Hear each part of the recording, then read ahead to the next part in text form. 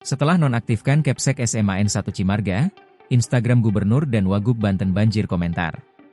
Akun media sosial, medsos, Instagram milik Gubernur Banten, Andra Soni, dan Wakil Gubernur Banten, Dimyati Natakusumah, dibanjiri komentar warganet usai viralnya kasus dugaan penamparan siswa oleh Kepala SMA N1 Cimarga, Kabupaten Lebak.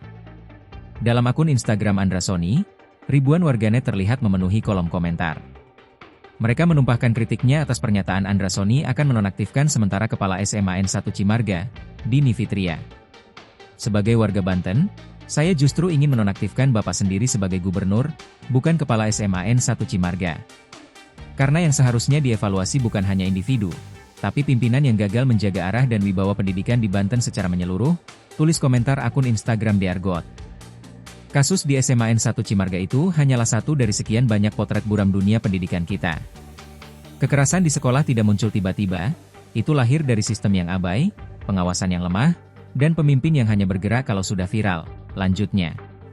Kemudian, akun Instagram Darmawan 10 juga menyoroti perilaku siswa yang merokok dan bolos. Murid YG merokok bolos banyak GMN Pak. Tolong ketegasannya walaupun saya bukan warga Bapak tapi jangan sampai murid semena-mena dan dimanja dan tidak taat aturan sekolah hidup harus punya aturan Pak dimanapun kita berada balas, tulisnya.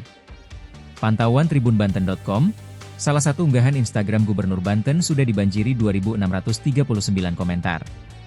Sementara, akun Instagram Dimyati Natakusumah juga dibanjiri komentar dari warganet. Wakil Gubernur, Wagub, Banten Dimyati Natakusumah juga menyoroti kasus tersebut.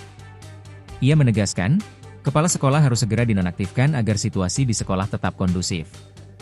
Ia menyebut Kepsek merupakan penanggung jawab utama dalam menciptakan suasana belajar yang aman dan nyaman di lingkungan sekolah.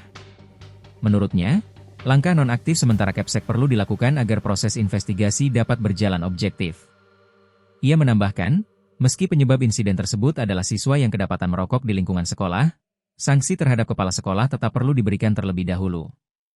Dimyati juga menegaskan Pemprov Banten akan menindaklanjuti hasil pemeriksaan internal.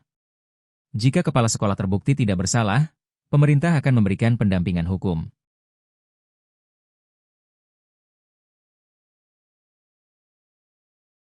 Download Tribun X sekarang, menghadirkan lokal menjadi Indonesia.